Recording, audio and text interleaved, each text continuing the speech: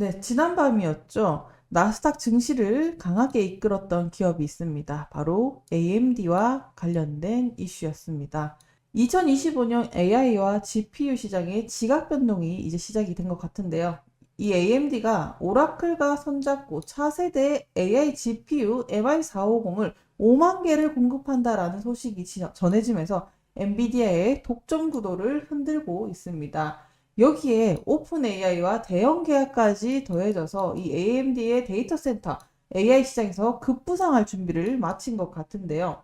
자, 점점 무서워지는 AMD 데스크톱 서버 CPU 시장에서도 이 인텔의 점유율까지 꾸준히 잠식하기 시작한 이 AMD. 이제는 GPU 시장에서도 엔비디아를 정조준을 하고 있습니다. 자, 이쯤에서 여러분들이 궁금해지는 소식이 있겠죠. 그렇다면 AMD, 인텔, 엔비디아를 포함해서 얼마만큼 지금 성장을 이끌고 있는가를 분석을 해봐야 될 것 같고, 현 시점에서 AMD, 인텔을 제대로 비교를 해보고 이 둘을 우열을 가린 다음에 이 세 기업을 총합을 정리를 해서 과연 어느 정도 엔비디아의 아성을 깨트릴 수 있는가, 그리고 버틸 수 있는가, 엔비디아는 그럼에도 불구하고 살아남을 수 있는가, 전체적인 상황을 하나씩 정리해 드리도록 할 테니까 오늘 영상도 여러분들 놓치지 마셔야겠습니다. 서서히 GPU 시장에 균열이 가고 있는 건 분명히 맞는 듯해 보입니다. 그런데 중요한 것은 시간의 문제죠. 엔비디아에 허락된 시간 어느 정도 남았고, 그리고 AMD는 얼마나 위협적인가를 하나씩 살펴보면서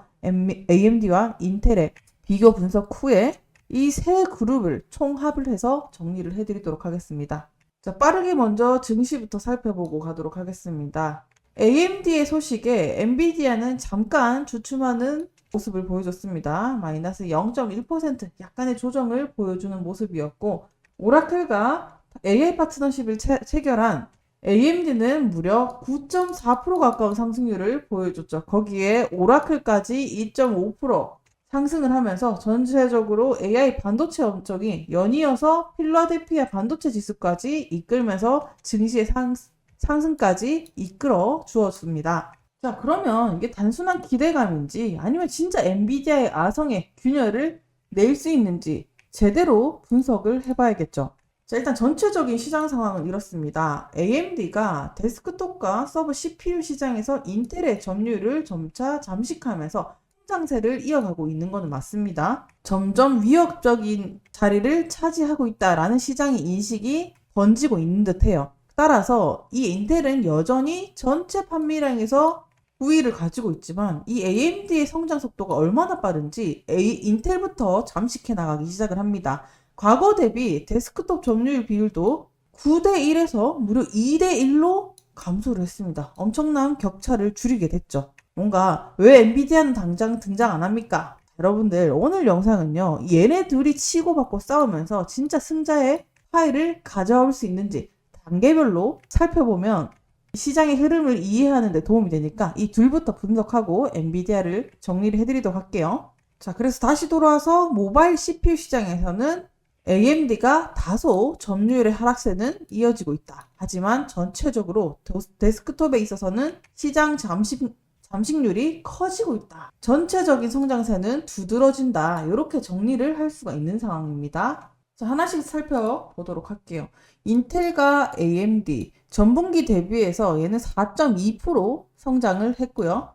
전년 대비해서는 거의 10% 가까운 성장률을 보여줬습니다. 근데 총합으로 봤을 때 어때요? 인텔은 전분기와 전년 대비해서 모두 하락하는 모습을 보여줬다. 그러면 전체적으로 어떻게 해석을 할 수 있겠느냐? 지금 인텔이, 네, 여러분들 지금 최근에 인텔이 협력과 기대감으로 올라왔는데, 이게 무슨 말이지? 자, 잘 보시면 2분기입니다. 지난 2분기까지만 하더라도 주가가 엄청 눌렸었는데, 지금 기대감 때문에 성장하고 있는 거예요. 지금 딱 현실적인 성적표만 놓고 보면 이런 흐름을 그리고 있어요. 그렇기 때문에 앞으로의 성장세에 대한 기대감 때문에 올라가고 있죠. 그래서 지금 현실만 제대로 놓고 보면 인텔은 지금 다른 업체보다는 CPU를 훨씬 더 많이 판매를 하고 있어요. 2분기에 인텔은 소비자 CPU 점유율이 소폭 반등을 하면서 전분기 대비해서 0.2% 증가를 했습니다.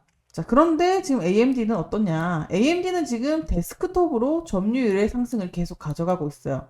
여기에 핵심은 고성능 사용자층이 계속 확대되고 있는 게 포인트다. 얘가 많아져야 수익률이 끌어올리는데 톡톡한 역할을 하는 겁니다. 그래서 2분기만 전체적으로 놓고 봤을 때 이 둘의 우열을 가리자면 진짜 눈에 보이는 실적이죠. AMD는 25년 2분기 전체 소비자용의 CPU 점유율이 23%였고요. 전분기 대비해서 0.2% 감소했지만 전년 동기 대비해서는 2.8% 증가했기 때문에 전분기 대비해서 39%, 인텔은 다소 아쉬운 점유율 하락을 뺏기게 되었다라고 볼 수가 있겠습니다. 여기에 핵심은 AMD가 프리미엄 제품을 중심으로 매출 성장을 이루고 있다. 이렇게 볼 수가 있겠습니다. 어쨌든 수익성 면에서는 2분기까지는 인텔에 대비해서는 AMD가 조금 더 뛰어났다. 이렇게 판단을 할 수 있는 상황이에요. 정리하면 AMD의 매출 점유율은 21%고 1분기 대비해서 마이너스 0.7%, 전년 대비해서는 3.9%의 성장률을 보여줬다. 그리고 전체 모바일 CPU 시장의 점유율은 20대 79 이런 비율을 따지고 있고요. 전체적으로 AMD의 증가 속도가 올라오고 있는 모바일 CPU 시장이다. 이렇게 볼 수가 있겠죠. 자, 이번에는 서버 CPU. 이 시장은 인텔이 72%, AMD가 27% 장악을 했습니다. 강력한 선두 유지를 하고 있는 인텔이라고 할 수가 있겠고요. 전분기 대비해서 1.9% 증가했지만 전년 동기 대비해서는 0.3% 약간 조정, 감사한 수치를 보여주고 있습니다. 자, 그러나 조금은 AMD가 이 부분에서도 위협적일 수도 있다라고 저는 해석이 되는 게 AMD는 모바일 CPU 점유율이 감소를 했다라고 말씀드렸죠. 그런데 AMD가 판매량에도 그 감소가 불구를 하고도 오히려 이 CPU 시장에서 이 시장을 계속 늘려가고 있다는 게 핵심인 것 같아요. 판매량이 감소했음에도 불구하고 중급, 프리미엄 노트북에서 1년 전보다 높아졌다라는 것을 보여주고 있기 때문에 이거는 인텔의 경우에서도 매출 점유율의 하락과 AMD의 증가 이런 거를 상쇄를 시켜버리면은 인텔은 판매량 대부분을 차지하고 있음에도 불구하고 모바일 시장 고급 부분에서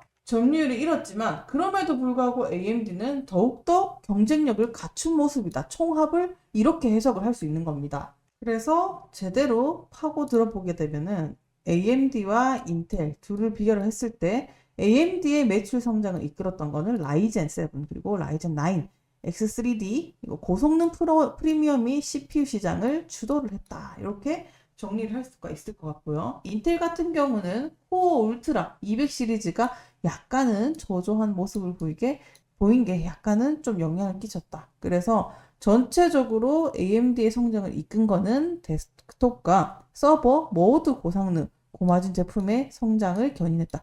이게 되게 중요한 포인트인 것 같아요.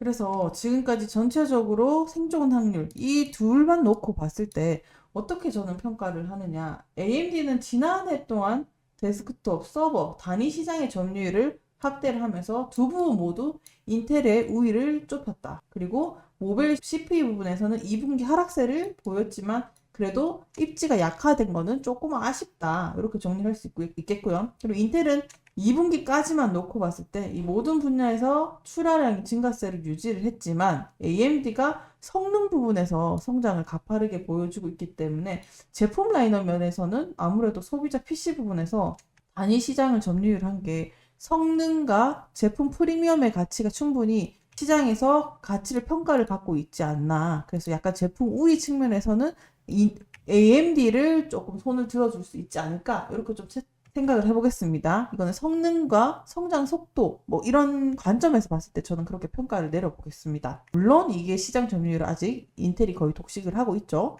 자, 그렇다면 이 둘의 싸움과 엔비디아를 이제 총합을 묶어서 살펴보도록 하겠습니다. 결과는 이 시장을 제대로 깨야지 AMD나 인텔이나 엔비디아의 파일을 가져올 수가 있겠죠. 근데 결론부터 말씀을 드리면 이 둘의 성장 속도는 엄청난 것도 맞습니다. 제가 아까 시간차가 필요하다라고 말씀드렸던 게 아직까지 얼만큼 얘네가 따라올 수 있는 시간에 대해서는 아직까지는 분명히 엔비디아가 시장을 견고히 할 수 있다. 물론 이 성장 속도 위협적이긴 하지만 그만큼 워낙 시장을 갖고 있는 파이가 크기 때문에 이거는 시장을 깰 수 있다. 견제할 수 있다는 그 기대감이 강하게 반영이 되면서 주가가 올라가고 있는 상황이고 현실만 딱 놓고 봤을 때는 한 요 정도 위치다. 이런 시점에서 우리는 좀 판단해 볼 필요가 있다라는 거예요. 그래서 준비한 게 자, 이렇게 살펴보도록 할게요. 전체적으로 살펴보도록 하겠습니다. AMD, 인텔, 엔비디아 이 셋의 강점을 살펴봤을 때 데스크톱 서버 프리미엄 얘네가 아까 고마진 제품으로 우위를 점한다라고 한번 말씀을 드렸고요. 그리고 인텔은 모바일 CPU 시장에서는 절대적으로 강자입니다. 그리고 엔비디아 AI 데이터 센터 GPU가 압도적으로 독점하고 있는 형태죠. 단가는 높고요. 수익성도 극대화되어 있는 형태입니다. AI 붐으로 성장 모멘텀까지 1순위로 꼽히고 있는 기업이죠. 그렇다면 리스크는 모바일 CPU의 약세, 아까 보셨던 것처럼 약간은 부진을 했다. 단위 점유율 대비해서 인텔 대비 좀 낮다. 이게 조금 아쉬웠다. 그리고 인텔 고성능 CPU 점유율이 약간은 낮아졌고 혁신 속도는 AMD 대비해서 조금 느린 모습을 보여주지 않았나라고 평가할 수가 있습니다. 그런데 CPU 시장에서는 엔비디아를 놓게 되면 시장 경쟁이 거의 없죠. 주가 단위 변동성도 크다라는 게 투자할 때는 약간의 약점으로 존재할 수 있습니다. 그러니까 어쨌든 이게 시장 심리가 엔비디아는 워낙 아성이다라고 인식이 강하기 때문에 있다가 또 다른 대안이 없나? 얘 너무 비싼데? 딴 거 싼 거 없나? 찾아본 찰나에 AMD, 인텔이 지금 빠르게 치고 올라가는 이런 흐름들이다. 그런데 진짜 현실 뚜껑에 봤을 때 2분기 실적만 놓고 봤을 때는 이런 과정을 거치고 있다. AMD와 인텔은 지금 기대감 때문에 오른다라는 걸 다시 한번 정리를 할 수가 있는 겁니다. 그래서 이것만 놓고 봤을 때는 뭐 중간 단위에서 높은 단위로 장기 경쟁력이 확보가 가능한 기업이 AMD로 평가를 할 수가 있을 거고요. 중간 단위에서는 시장 지배력은 또 여전히 중간 역할을 해주는 게 인텔이다. 장기적 성장 이런 요거 봤을 때도 좀 미지수인데 이렇게 평가된다라는 거죠. 그리고 엔비디아는 또 매우 높다라고 저는 평가를 합니다. 그럼에도 불구하고 시간차를 왜 집중을 해야 되느냐? 저는 이렇게 보는데요. 데스크톱 그러니까 점유율이 얘네가 32%, 서버 전체 매출 점유율이 41%, CPU는 27%, 그리고 인텔은 67%, 그리고 GPU 데이터 센터 매출은 엔비디아가 34%에서 50%까지 증가를 했습니다. 그러니까 한마디로 정리하면 이 둘은 CPU 시장에서 경쟁을 하고 있는 거고 엔비디아는 GPU 시장 독점적 성장이 있는 것 때문에 엔비디아는 그동안 성장을 해왔죠. 이런 상황을 좀 차트랑 비교하면서 살펴보면 조금 도움이 될 것 같아요. 자, 지금 엔비디아가 차트가 어디까지 위치해 있나라고 살펴봤을 때 바닥을 찍고 박스권을 뚫어내면서 전고점 맞고 지지하면서 다시 또 바닥권을 형성을 하고 있습니다. 그러니까 인텔 나머지 AMD 얘네들이 이렇게 막 치고 올라갈 때 얘는 이제 다시 조정을 주고 있는 그림이란 말이죠. 왜? 시장에서 얘가 먼저 선행돼서 올라갔으니까 두 번째 AMD나 인텔 이런 친구들이 추격을 하면서 얘네가 조정을 줄 때 파도를 리듬을 타듯이 얘가 먼저 한번 올라갔다가 2등, 3등이 차례대로 연쇄적으로 올라가는 그림에 엔비디아는 이 단기 지지선 라인을 그리고 있습니다. 그렇지만 그럼에도 불구하고 이 자리를 견고하게 해준다라는 거. 이 구간에서 매수세가 들어와 준다라는 거는 아무래도 시장의 인식에서 매수세가 들어와 주는 거, 저가 매수세가 들어와 주는 심리가 작용을 하기 때문에 당연히 이 자리를 버텨주는 거죠. 그래서 우리도 저희 무료 텔레그램 방에 이렇게 말씀을 드렸습니다. 엔비디아 투자하시는 분들한테 뭐라고 했어요? 초록색 박스권 안에서 도달할 때마다 분할적으로 대응하시길 바라겠습니다. 만약에 이걸 돌파를 하게 되면 강력하게 돌파가 나와줄 수 있기 때문에 하단 박스권의 매집과 돌파 시 추가 상승의 관점이 있을 수 있다. 왜? 결과적으로는 이 상승의 흐름은 유효하기 때문에 그런 관점을 말씀드린 거고, 만약에 여러분들이 좀 타점 좀 받아보고 싶다라고 하시는 분들은 아래 링크, 텔레그램 링크를 달아놨으니까 무료로 공유를 해드리고 있습니다. 나머지 AMD라든지 인텔 관련한 종목도 올려드리고 있으니까 구체적인 거는 저희 텔레그램 방에 오시면 또 안내를 해드리도록 할게요. 그래서 다시 본론으로 들어가서 저는 이렇게 좀 정리를 해보고 싶은데 투자자라면은 생존 확률 이런 관점에서 봤을 때 AI 고성능의 관점에서는 이게 장기 성장과 연결이 된 거죠. 첫 번째 엔비디아를 저는 꼽을 수 있을 것 같고 두 번째는 AMD를 좀 꼽아보겠습니다.